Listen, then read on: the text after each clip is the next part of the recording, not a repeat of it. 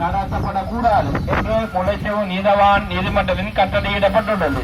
இந்த கட்டளையை மீறினால் தண்டனைக்குரிய குற்றமாகும்.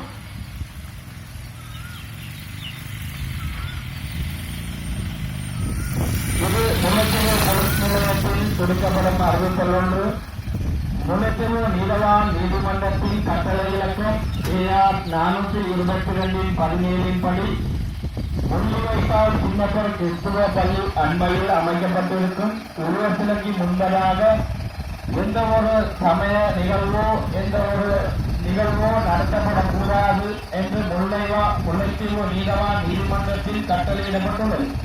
இதற்கு அமைய இந்த உருவசிலை இருக்கும் இடத்தில் எந்த ஒரு நிகழ்வும் 2017 5/31 வரை நடத்தப்படக்கூடாது என்று முல்லைத்தீவு நீதவான் நீதிமன்றத்தின் கட்டளையிடப்பட்டுள்ளது. இந்த கட்டளையை மீறினால் தண்டனைக்குரிய குற்றமாகும்.